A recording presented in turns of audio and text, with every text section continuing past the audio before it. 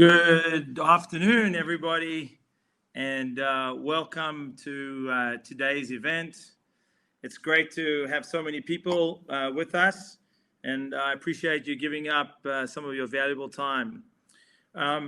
Today's purpose is really more of an introductory to help new investors or people that are thinking about investing in the company really understand the company at its core, our key strategies, and how we're executing on that strategy. For those of you who are existing investors, you're also very welcome to come next Thursday night when I'm going to be doing an important update to our existing investor base. And I'm sure you've already received an invite, and if you haven't, you'll receive that very shortly. Just from a logistics perspective, I'll probably spend about 35 minutes taking you through that introductory presentation. I'll have a few updates, obviously based on the significant performance that we've had over the last couple of months. And then what we'll do, I'll do that for about 35 minutes, and then we'll spend about 25 minutes going up until the hour with questions. And from a questions perspective, please feel comfortable. Go ahead. You can actually, whilst I'm going through the presentation, it won't bother me. You can go in and you can actually type your questions. And then obviously, I'll try and get through as many of them as possible. And whatever we can't get through in the hour, myself and Justin will work over the next 48 hours to get back to you, at least by Sunday or Monday morning, with answers to your questions. Okay, so hopefully we're ready to rock and roll. Okay, so I got to put all the usual forward-looking statements. You guys can all read much faster than I can talk. So just have a quick scan through that. Okay, great. So as I said, today's journey is really to help you understand who are we at our core. I'm going to talk about our growth strategy.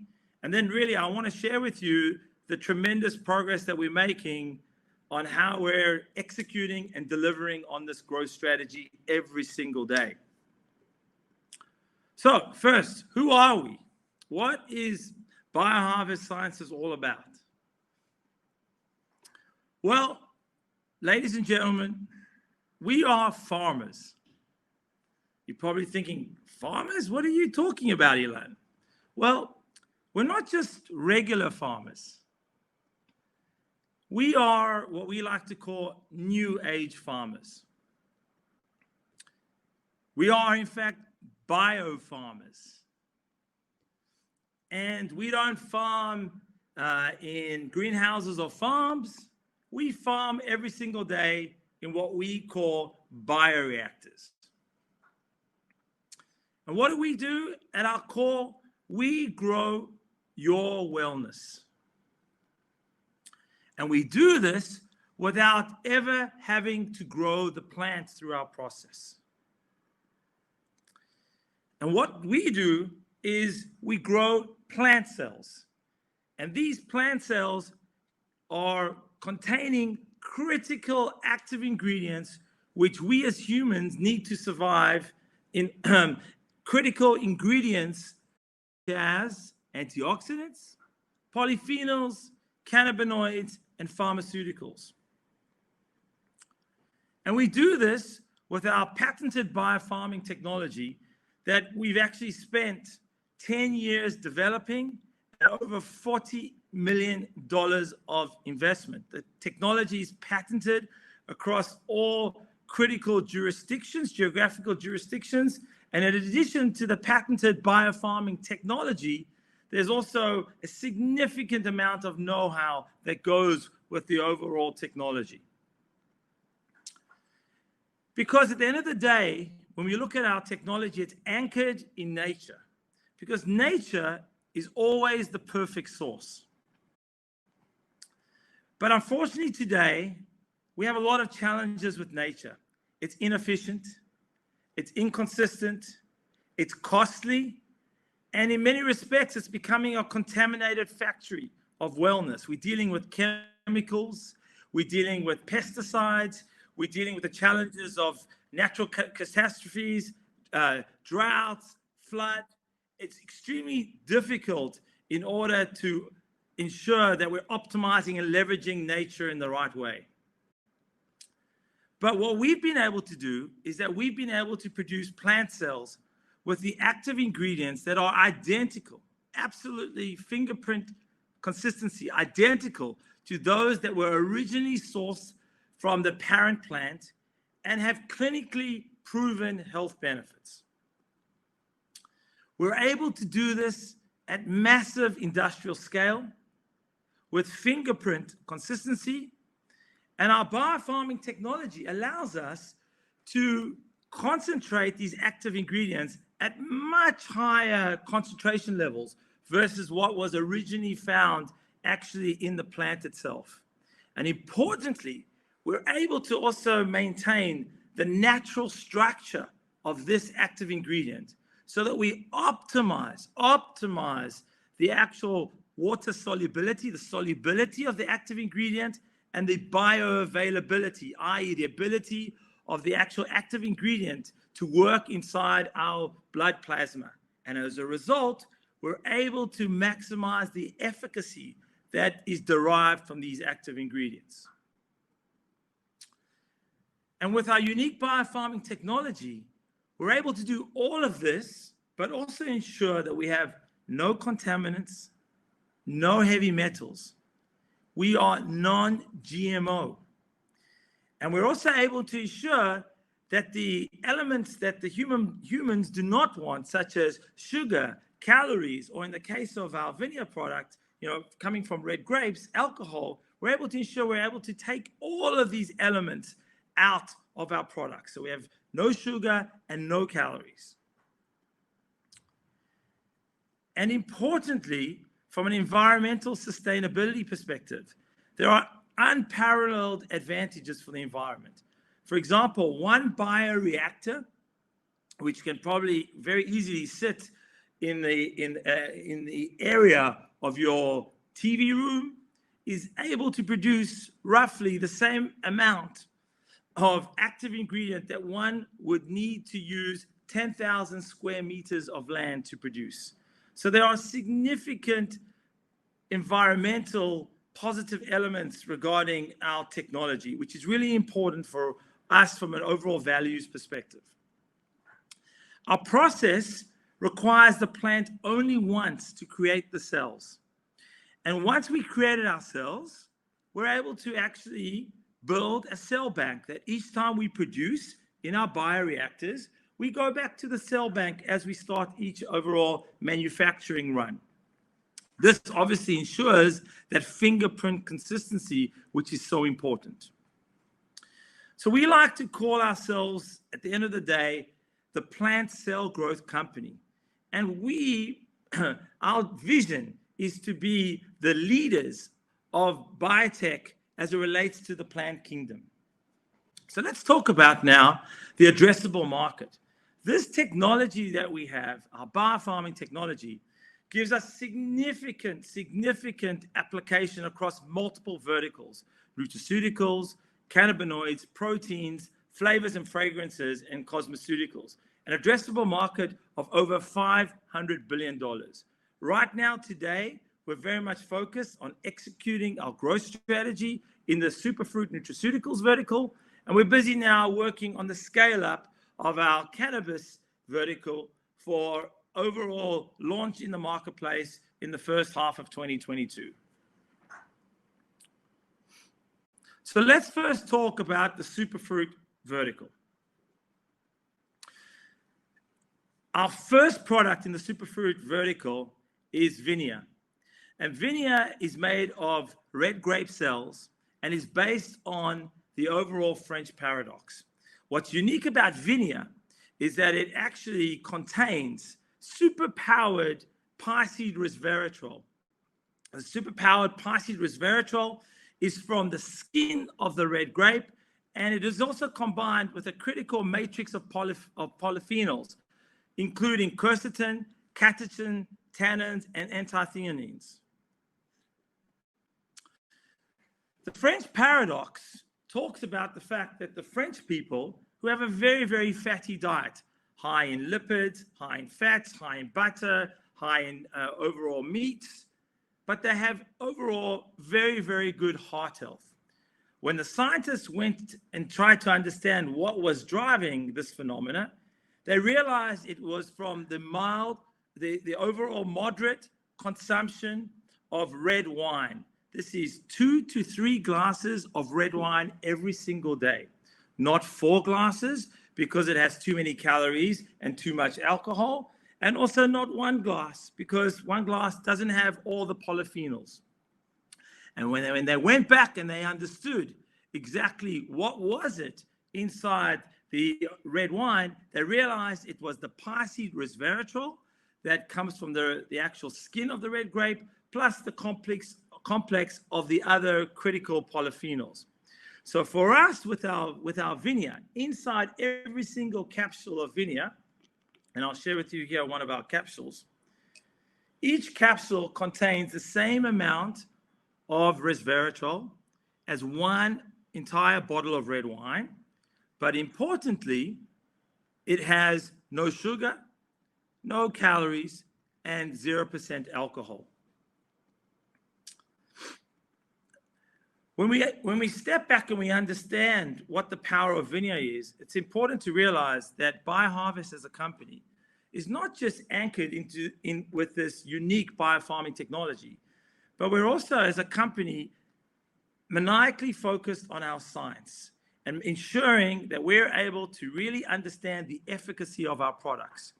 And we have conducted multiple clinical trials, all double-blind placebo, of which all have been published in peer-reviewed journals. And we were able to demonstrate in our clinical trials the ability for Vineyard to be a natural vasodilator. This means we're able to increase the elasticity of one's arteries and veins, allowing for more blood flow and more oxygen to actually go through the body. And this actually is a video. You can see it on YouTube, but you can see on the left-hand side with Vineyard, we see the elasticity. And then obviously without Vineyard, you're not able to get that elasticity. And our clinical trials demonstrated the ability to increase the elasticity of the arteries by an average of 148% versus baseline. This means more blood and more oxygen going through the body. With this unique mechanism of action, and as a result of the clinical trials that we've done, we are able in critical markets like the US to actually make what we call structure function claims in line with FDA guidelines. So in our marketing and on our packaging and in communication, we're able to make 5 very unique claims. 1 is supports healthy arteries. 2 is supports blood circulation. 3 supports blood pressure already within normal range. 4 is fuels antioxidant activities in your arteries. And we have a new claim that we've just got approved, which is really, really critical and expands the opportunity for us broader than just the heart health space, which is a significant space in the US, worth $4 billion US, but we're actually able now to move outside of that and broaden the overall addressable market into the energy space. And we're able to now make the structure function claim that Vineyard improves the physical energy and mental alertness via the delivery of increased blood flow and oxygen to the body's tissues and organs. This is very, very unique. It's basic physiology, but it's a very, very unique claim to be made in the marketplace when you're dealing with the whole energy space with other companies going after energy, leveraging caffeine, leveraging guarana. Here we're able to leverage the basic human physiology that we're able to really increase this blood flow and oxygen going through the system as a result of consumption of Vineyard. So I'm going to just take you through a few charts now just to talk a little bit about the underlying science. This talks about how in clinical trials we are able to demonstrate that we increase significantly what we call the flow-mediated dilation of the arteries, which really is another word for that is the elasticity of the arteries. And you can see how Vineyard 400 milligrams after 3 months performed versus placebo. And you can see the overall increase. In addition, we're also able to significantly reduce diastolic blood pressure levels. And importantly as well, we're able to significantly reduce the oxidation of LDL cholesterol.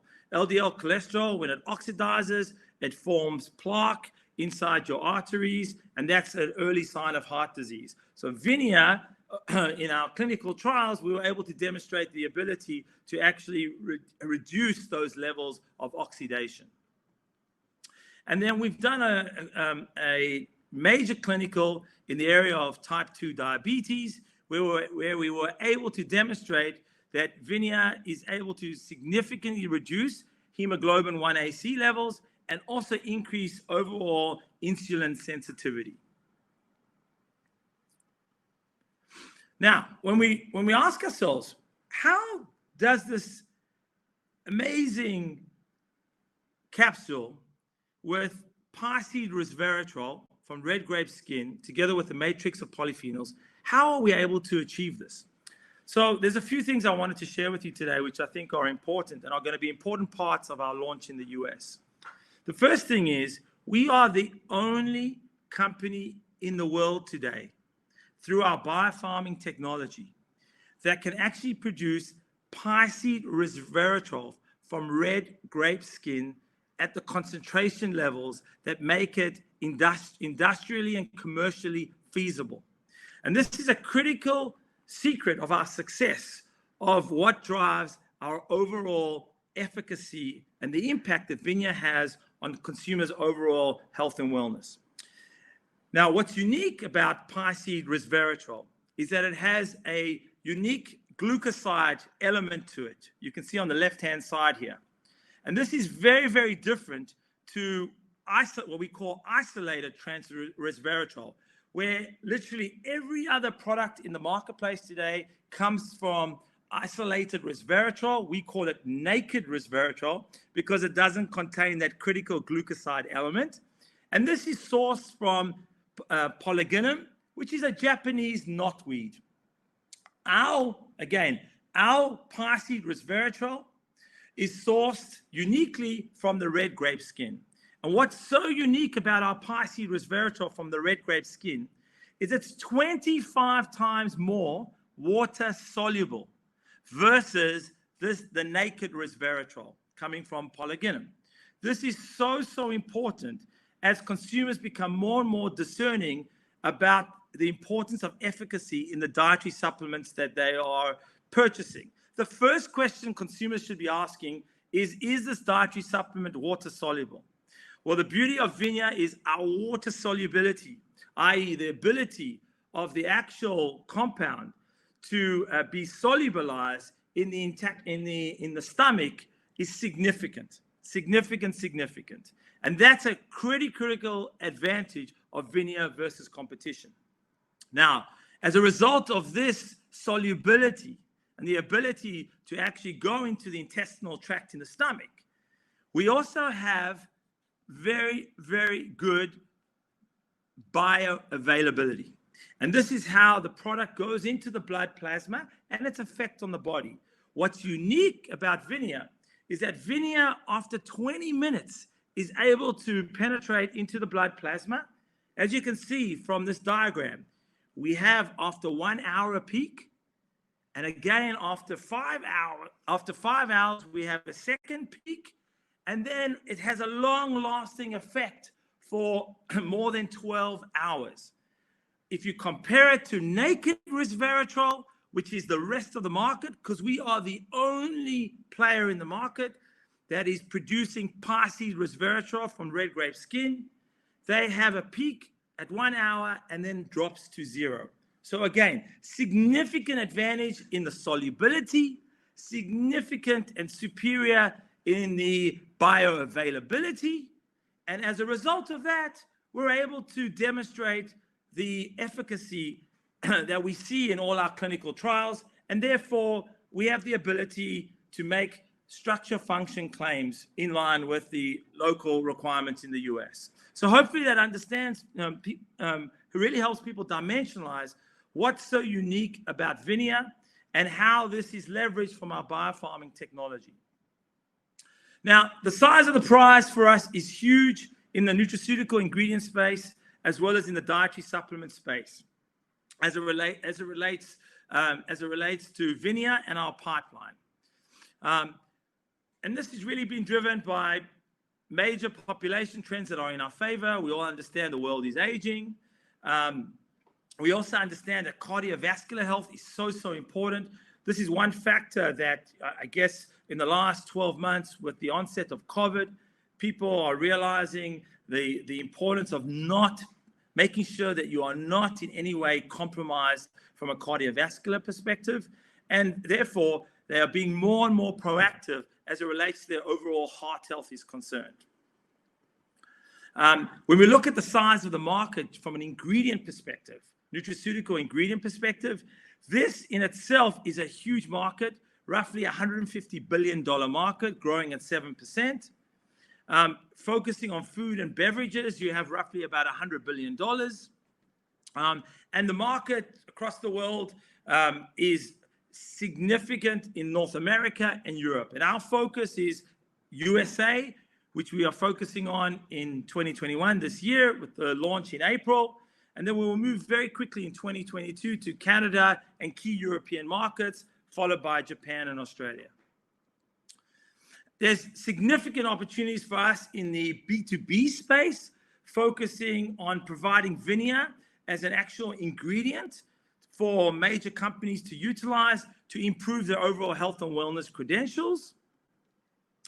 And one of the other elements of the benefits of Vineyard, in addition to all the functional benefits that I've talked about, is the fact that Vineyard, because it's so high in antioxidants, it's also able to increase the overall shelf life of many products that it's in, because the actual high level of antioxidants in Vineyard, it's able to reduce the oxidation of the other ingredients contained in a product. So it's a second major supply chain advantage that we're able to provide critical customers in the B2B side of the business.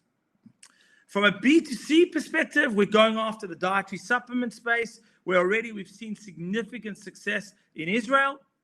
I think it's worthwhile to say that also at this stage, from a B2B perspective, 3 weeks ago, we announced publicly our first major win, where we were able to successfully sell into Designs for Health. I encourage many of you to go online and to check out who Designs for Health is. They're an amazing, preeminent leadership player in the nutraceutical space. They only sell direct to doctors and nutritionists. And after evaluating our biofarming technology and Vineyard as a product, they realized the superior advantages that I've articulated now around the solubility, the bioavailability, and efficacy, and they've upgraded their resveratrol across many of their products to Vineyard. Now, on the B2C side, the dietary supplements, looking at $100 million market. Again, the prevalence of dietary supplements in the USA household is significant. Roughly 80% of consumers 55 and above in their households, they are utilizing dietary supplements. And this is a really, really important market for us to go after. So for us, from a route to market perspective, we'll be going after B2B, food and beverages, B2B2C, nutraceutical companies in the context of Design for Health, as I've shared, and then B2C, direct to consumer in the dietary supplement space. The overall strategy, as we look at this, will be for an Intel Inside strategy for B2B. And then on the B2C side, we're really, really focused on building that relationship with the consumer, like what we've done in Israel, where we've connected with the consumer, we've demonstrated the overall positive effects of Vineyard to this consumer, and we have that continuous dialogue to maximize overall retention with the consumer.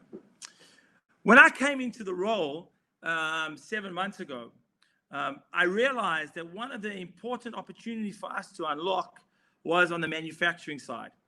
And we announced in September, we announced that we were going to be partnering with Sugart, a leader in the space of overall food production and packaging.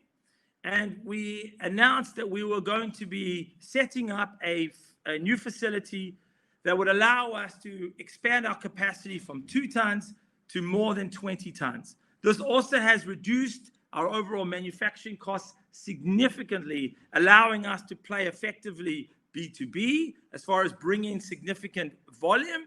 And then obviously B2C, it increases our margins significantly. And this is because we brought everything underneath one roof: the growing of the cells, the drying of the cells, and the encapsulation. We launched in October our B2C website in Israel. Full marketing happened actually in November. You can see here the approach. We're not just shipping bottles in bubble wrap to the consumer. The product proposition comes in a beautiful box. It comes with a Vineyard information kit. And in some cases, depending on the package, we're actually also providing consumers with a free bottle of red wine in order to really communicate the whole point that in one capsule, we have the same amount of resveratrol as one entire bottle of red wine. Remember, with no calories, no sugar, and no alcohol. This is the portfolio lineup that we have. Obviously, the focus in 2021 is Vineyard. We also have ready to go olive-based cells, which is focused on bringing you the benefits of the Mediterranean diet without the calories, and focused on reducing LDL cholesterol. And then this will come into the marketplace early 2022, and basically following in 2023 a pomegranate cells, which is focused on anti-inflammatory support. So hopefully that gives you a good perspective of our Superfruits nutraceutical vertical and how we're applying that biofarming technology towards this vertical. And now I want to spend roughly 10 minutes on cannabis, and then we can wrap up and have some question and answer time. All right, let me just take a breath now for a few seconds. All right, let's talk cannabis. Everybody understands the cannabis market opportunity is significant. It's more than 100 billion by 2024. What's interesting is that, if cannabis gets legalized federally across markets like the US and other jurisdictions, you're going to see the market size increasing probably even more than doubling, because the pharma players will start to become a lot more aggressive in this space. And that's something that's exciting, and it's just a matter of time until we start to see that, because at the end of the day, what we're seeing is that pharma companies are going back to the roots of pharma. The roots of pharma was starting with actual active ingredients from plants.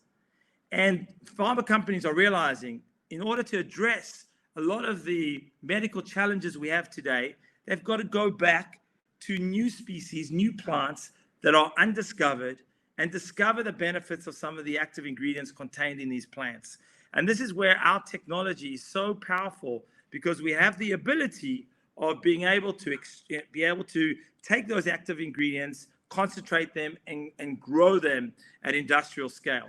And that's really the case in the context of cannabinoids, where we see a significant opportunity, specifically in the pharma space, because pharma, you can see the number of clinical trials are increasing significantly in the space as pharma companies look to cannabis in order to help them solve a number of the medical challenges that so far have been unresolved from an overall medication and treatment perspective. In this space, we have 4 critical advantages that I want to touch on. The first one I've talked about in the context of our biofarming technology, but it's so critical for cannabis. And that's about having this fingerprint 100% consistency, because we're always growing from the cells, and the cells are all identical. This is really, really important in the context of, for example, if you deal with veterans who are actually the highest users, those that are suffering from post-traumatic stress disorder. And 1 week, they might be great on the cannabis that they've received from their pharmacy. The next week, it's a totally different effect. It might be the same strain, but there was something different because of the conditions, because of the matrix of conditions that the cannabis was grown under. But with our product, it's going to have fingerprint consistency. At the same time, it's going to be 100% clean.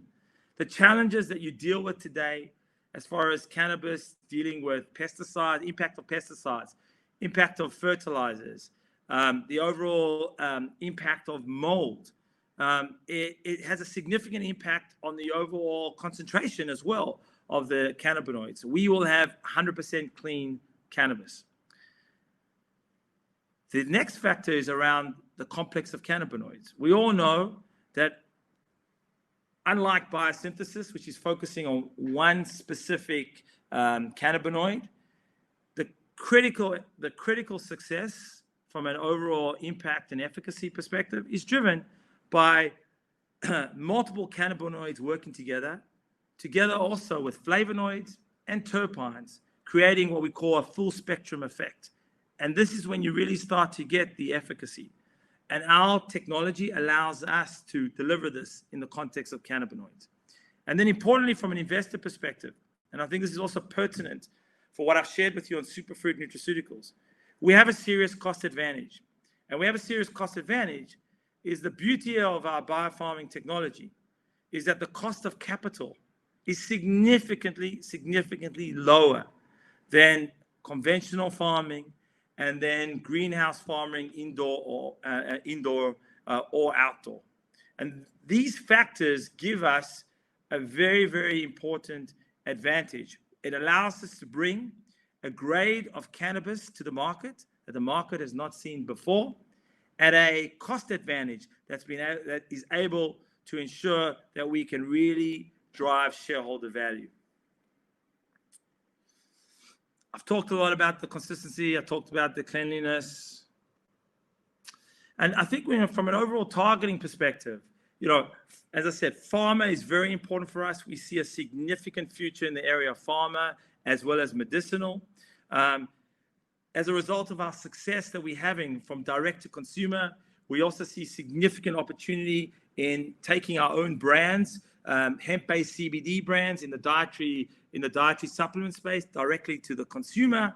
And these really are the key focus areas for us as we look towards executing our route to market in the cannabis space. From an overall progress perspective, we've been able to demonstrate the ability to grow cannabinoids in liquid media in bioreactors. We are the first company to have successfully grown cannabis cells containing cannabinoids using small-scale bioreactors. The cannabinoid profile produced by the cannabis grown in suspension in liquid media was identical to the profile of the cannabis plant. We're able to demonstrate the ability to grow trichomes, which are so important as it relates to the growth of the cannabinoid. Now our focus really is all about scale-up. The scale-up process over the next 12 months as we look to bring cannabis to market in the first half of 2022. So I want to talk a little bit about some of our partnerships quickly as it relates to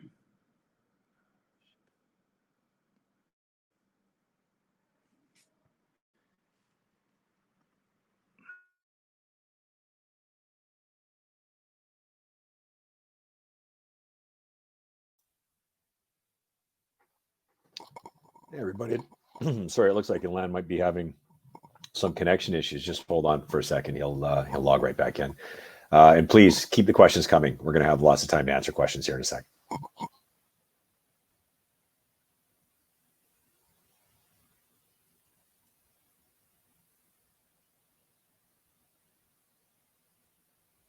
Yeah, just bear with us.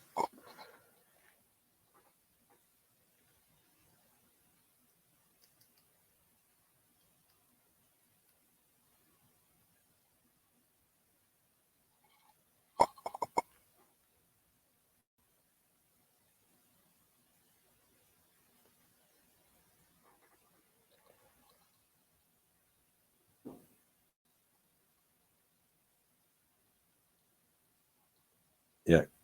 All right. Am I back on stage? You are. Welcome back, Ilan. All right. Sorry about that, everybody. If I ever... Oh, gosh, there it goes again.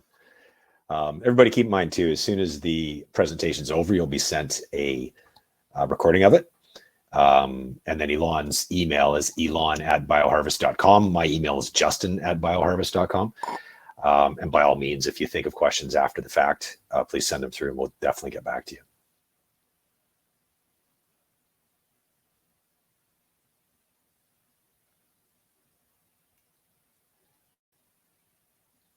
Maybe I'll answer. There you go. Yeah, I'm back. I'm sorry. Let's hope this works for us. Yeah, there was an issue here, I think, with the power. So we're back. I was saying we have an amazing partnership with Biofarming Foods. They're a fantastic partner of ours. Biofarming Foods is the #1 food ingredients only distributor in the US. That we have an exclusive performance-based partnership with them, and they are bringing us to market. They are helping us go direct to major players across all these significant food and beverage segments. And we've already shown success with them with the Design for Health deal. And we look forward to a lot more coming up the pipeline as we move into 2021. I'm just going to skip this for the interest of time. So I think what's important for everybody here is, we set a very clear strategy. We have amazing technology. Literally, I feel very privileged as CEO to be in this situation whereby I feel like I'm sitting on a gold mine from an R&D perspective. And our job now is to drive a clear growth strategy and execute on that strategy. And that's what we've been so focused on, from building the new manufacturing plant, all the way through to the partnership with Biofarming, and then going out and executing in the marketplace. And we've done this very, very successfully in Israel, a small market, 8.5 million people. From an overall e-commerce perspective, you can see our results. November was the first month of full marketing, over $100,000 in sales orders. December, we jumped up to roughly about $130,000. You can see the leap versus our average revenue, sales orders revenue per month. From an overall customer perspective, in the month of December, we did close to 800 customers purely through our e-commerce site. Again, in the context of a market the size of Israel, it's significant, and we're really learning the ropes here. And this gives us the confidence as we move now into the US on how to really scale this. Just to give you a perspective with updated numbers from November and December, if you look at our current cost per new customer acquisition is around about $70. Our first time purchase value is $174 of Vineyard. And I'll show you in a second in the next chart why that is. So that's roughly a 2.5 times return. So literally, I spend $70 to get a customer. I get $175 back in the actual first time purchase. So the economic model is really, really working for us. And there's a lot of leverage there to invest in building the brand. From an overall mix perspective, in Israel, we have a 2-month package, a 4-month package, an 8-month, and a 12-month package. And you can see our starter kit is 2 months. It's roughly 21% of the mix. Our 4-month package is the core, which is 56% of the mix. And then for those people that are hardcore, kind of like we call them our hardcore loyalists, you can see we have 8 months and 12 months at 10% and 13% respectively. So you can see the stickiness and the loyalty that we're building with our consumer base once they start to utilize our products and they're able to receive the overall benefits.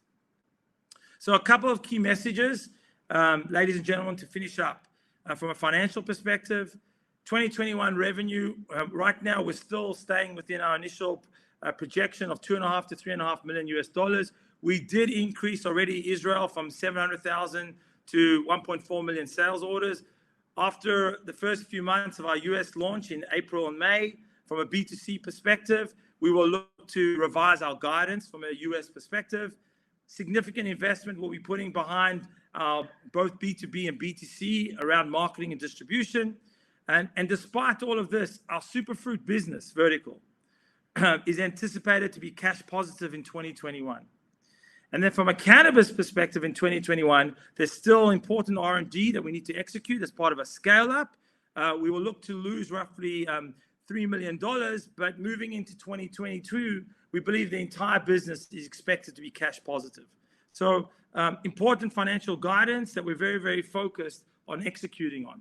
So in summary, before I go to questions, you can see we have a winning formula of disruptive R&D. We've built a commercial machine that knows how to monetize our technology, and we're now building that manufacturing scale that is so critical. Our biofarming technology allows us to be really at the nexus, at the critical intersection of food tech, biotech, health and wellness, and sustainability. These are four critical trends that are like tailwinds for us as a business that we're able to now to really embrace. We have our key advantages that I've talked about. As you can see, we're very focused on executing the game plan across our nutraceutical vertical, as well as the scale up on cannabis. We are enjoying the momentum that we've had the last few months and looking forward to a very, very exciting 2021. I'm going to stop now. I'm sorry. I ran a few minutes over. I'm going to stop now and breathe and then try and take a few questions. Justin, you're gonna throw the questions to me because you've had a chance to review some of these, right? Yeah, no, I've been summarizing them. Everybody, thank you so much. And again, keep submitting questions. We do have at least we have 20 minutes here. A very international session today, so I appreciate that. First one, Elon, is about so where Vineyard, I suspect, where's the new manufacturing unit located? And then what's the plan for US production and distribution? Okay, so from a Vineyard perspective, the new manufacturing facility is actually 15 minutes from our R&D headquarters, and also where we have an existing 2-ton facility. So it's good. It makes sense. It's very efficient for us. It's very convenient. It's actually, from a geographical perspective, it's about 20 kilometers outside of Tel Aviv. This facility now, actually, I was there this morning. Every Thursday morning, I have a weekly meeting with our partners there. And I'm very happy to say we're on track. From an overall building perspective, the building's going to be, all the building elements are going to be completed by the end of the quarter. And then we start to layer in the water systems, the air systems, the critical systems that we need for our bioreactors. And we're looking forward to be up and running in Q3. As far as the future is concerned, what's beautiful about this technology, as I said before, is its simplicity. And what we actually have done in the last 8-9 months is we've actually taken our 2-ton facility and we've basically industrialized it so we can actually scale it very, very cost effectively. And for us, once we've built the new 20-ton facility, which by the way is going to be state of the art, it's going to be robotic driven as well. It's very easy for us to copy and paste. In a very short period of time, literally, between 6 and 9 months, we can be up and running with additional capacity. So we will go where the overall need is. I mean, right now, Israel is a critical center of excellence for us. It can feed very effectively US because it's very simple for us to ship the powder and convert it into capsules in the US. Also, makes a lot of sense for us as it relates to feeding Europe, which is a major focus for the company in 2022. And then obviously, similarly, as it relates to Asia, it's quite central. However, if there's a need to be closer to the market because of a customer relationship or something specific like that, that's something that's very easy for us to be able to work through, given the nature of the technology. A very popular question coming through is about your finance and whether plans either short-term, long-term for financing. So from a financing perspective, we raised about $3.7 million in July, August last year. We're actually able to raise that money very, very quickly in a very challenging market environment, demonstrating investors confidence in the technology and confidence in the leadership of the company. Right now, we are looking to look at ways to bring cash into the company in ways that are as non-dilutive as possible. So that's one thing that we're actually working on right now. But from an overall timing perspective, as we get closer to the end of the quarter, early April, we will be looking at raising additional funds. If an opportunity comes by sooner that makes sense for us, which is strategic, and it makes sense from an overall shareholder value perspective, we will look at it.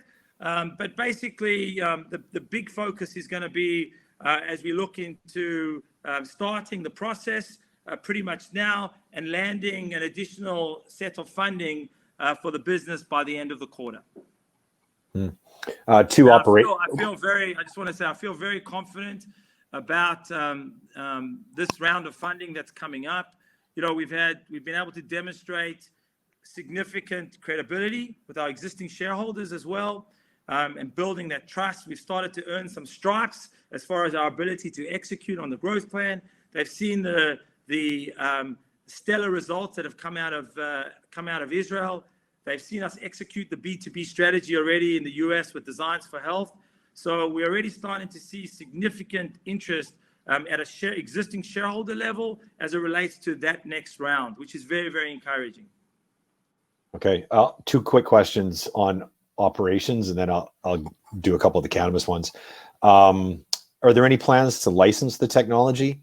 And operationally, are you changing your 2021 plan at all due to COVID?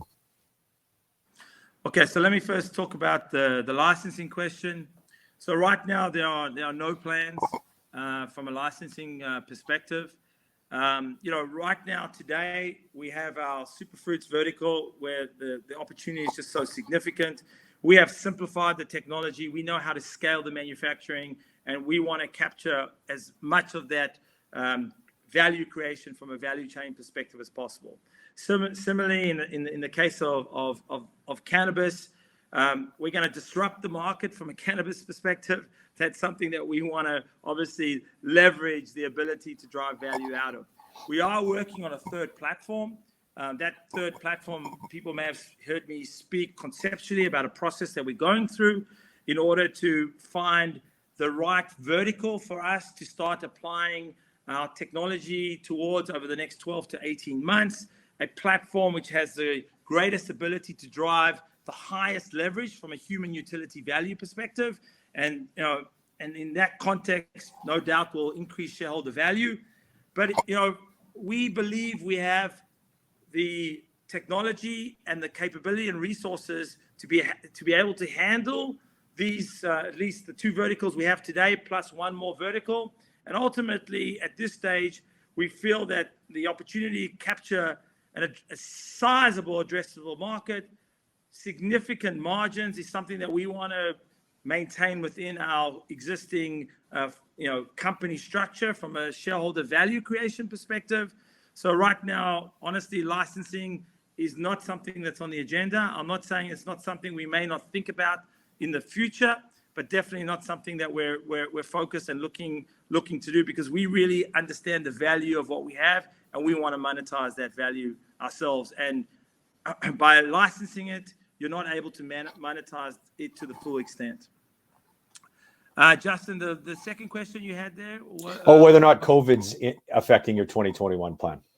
So actually, COVID for us is it's kind of interesting.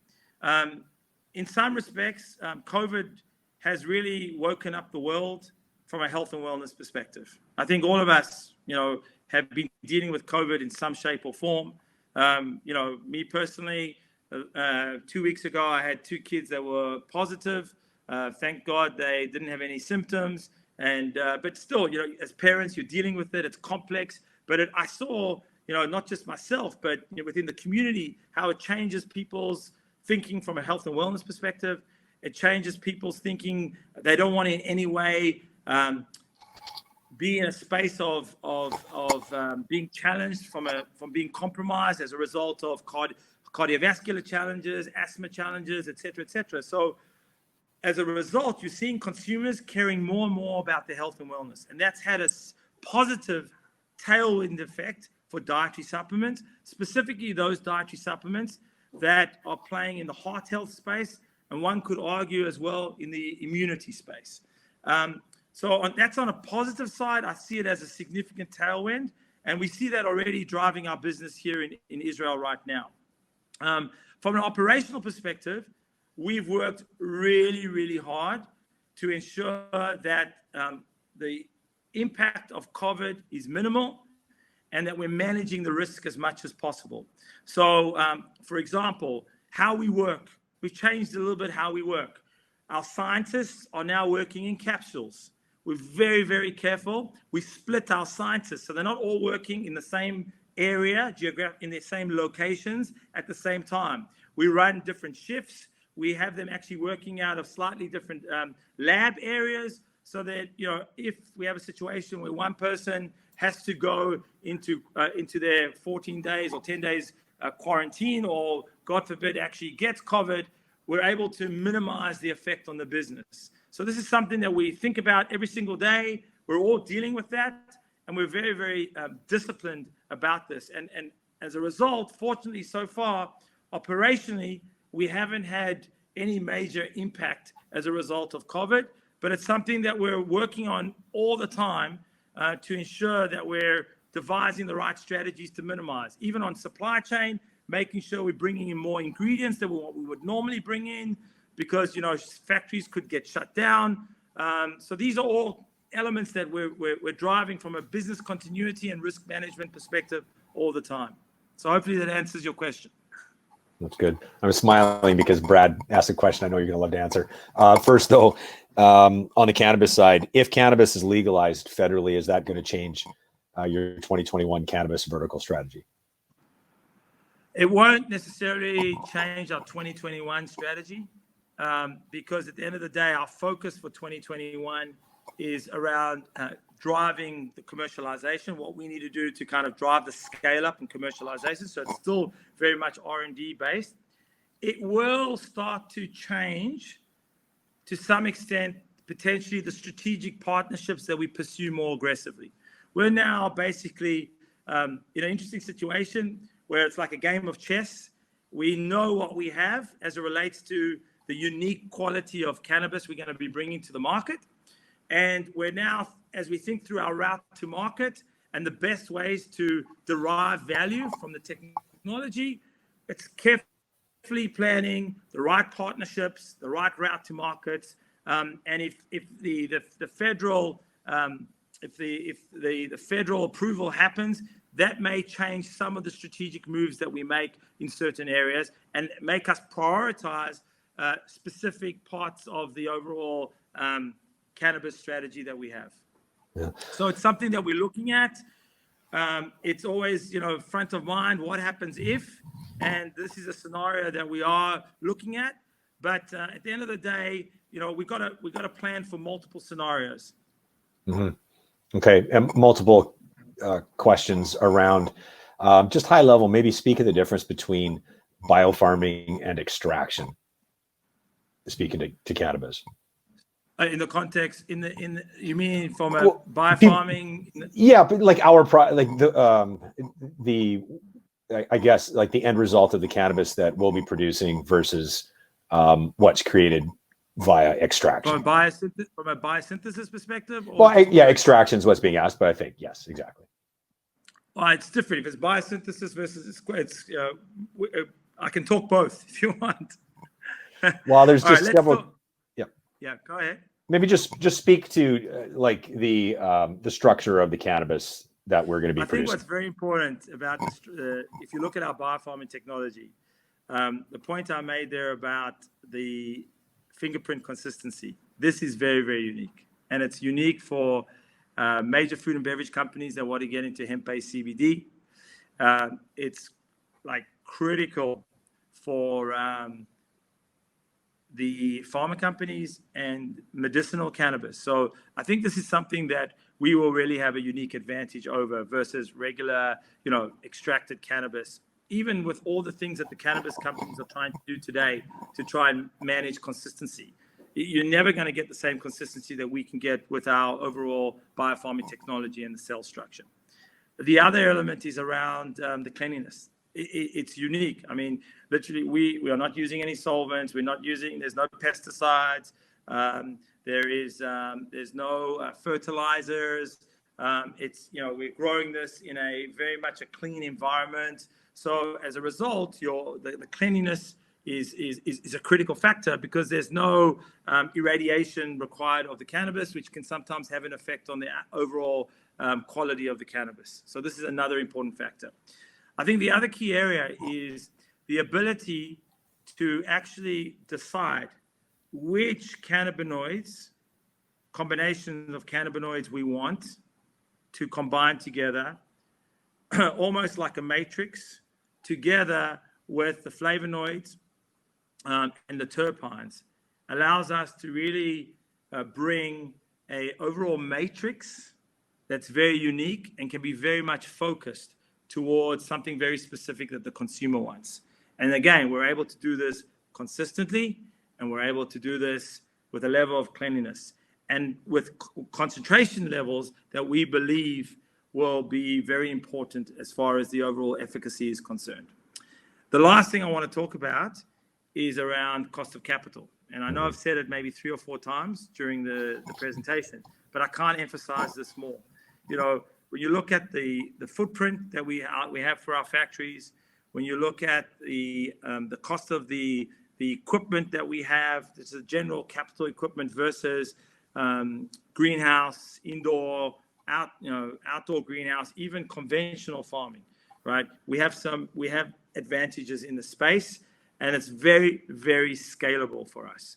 So I think these factors positions us to bring a grade of cannabis that I think will be received as very unique by the marketplace. And we will find important segments in the marketplace that are going to see the value of this, and we're going to be able to derive an overall dollars per kilo, which I think is going to be at a premium in the marketplace, and be able to generate significant derived demand. I think one thing about biosynthesis, with biosynthesis, you're dealing with just singular cannabinoids, and I think people may be quite well versed in the cannabis space, but obviously we're all about efficacy. We're all about basically driving that human utility value, and it's been well proven that it's the combination of the cannabinoids which is so important in order to drive that efficacy. And the structure, the chemical structure of our cannabis will also be an important factor in driving that efficacy. Yeah, and on the sustainability side, there's a big difference between how we're producing the cannabis versus an extractor that has to take a whole crop of. Yeah, look, I mean, you every single day you read in newspapers the challenges that cannabis is having from an overall environmental sustainability perspective, whether it's actual pollution, air pollution, all the way through to challenges from an overall land utilization. You have many communities in the US that had approved cannabis growth that are regretting it now because of the impact from an air pollution perspective. So sustainability is a critical anchor value of our company. I talked about it in the context of Vineyard, and the ability of what one bioreactor can produce in the context of 10,000 square meters would normally take you 10,000 square meters of land to get that amount of active ingredient. So, land mass is getting more and more important. Deforestation is a big issue. So these are very important values that myself and the team have, and obviously are anchored in the foundation of the company. And we're actually in the process now of going through a third-party verification of our sustainability advantages versus the rest of the industry. So it's a huge focus for us. And we actually we're building a manifesto in this area. We're quantifying it, and once we've quantified our baseline, it'll be a very, very important focus of continuous improvement for myself and the team. Can we get one more question, Ilan? Yeah, sure, no problems. Yeah, we're at an hour. Thank you so much, everybody, for staying with us. You often speak of creating a dream team. Can you touch on any new additions to the team and what they bring to the company? Yeah. So many of you may have seen the announcement that came out yesterday with the makeup of the commencement of a scientific advisory board. We have already very, very experienced Dr. David Brady that's been part of our advisory board the last 3 months. And we've added a significant player in the world of cardiology, Dr. Dennis Goodman. He's actually also a professor of cardiology. He has an amazing resume of experience across some of the best teaching hospitals across the world, and has been author of multiple books. He's been involved in actually over 30 clinical trials, and has done a tremendous amount of work in this space. And together with Dr. David Brady, that's got such a broad perspective of overall conventional medicine and the role that natural ingredients play in the space. So you've got Dr. David Brady in this area. You've got Dr. Goodman as our professor of cardiology. Bringing them together in a scientific advisory board is really going to allow us to path the right way forward as it relates to our future clinical trials that we're going to be doing, additional trials on Vineyard that we want to do, and more to come in that space, and as well as clinical trials that we will do on our other products. One other addition that we made as well recently is Dr. Rona Applebaum. She was chief scientist and head of regulatory affairs at the Coca-Cola Company, and she's been brought on board to help us accelerate the regulatory approval process. As I said before, our focus for 2022 from a geographic perspective is going into Canada and the greater Europe, and she's driving that process together with a very, very strong regulatory team that we have in Israel. And she's also helping us with our overall sustainability and environmental focus strategy. So, I like to say that we have a dream team of advisors that we've brought on board, but the core dream team sits with our R&D team. And you have a team of scientists that are so committed to change the world. And it's a commitment that you see, specifically in times of COVID, where they are very, very focused on work. That's all that's important to them in achieving, the milestones that we need to deliver. And this is very, very important for us. Some of our scientists have been with us for over 10 years, led by Dr. Yochi Chagai, who's actually the founder, a co-founder of the company, and really the brain behind the biofarming technology. And I think, in the next few months, we'll bring Yochi to actually start to engage more with the investor base, because she's an absolutely phenomenal scientist and a phenomenal leader as well. And it's great to have an example of female leadership.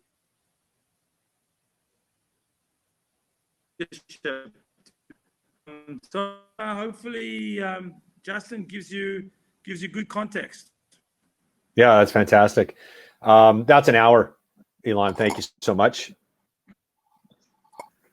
No problems. I want to apologize just for the internet challenges. Thank you, everybody, for the patience. I see most of the people actually hang in there with me. So I want to wish everybody a happy new year.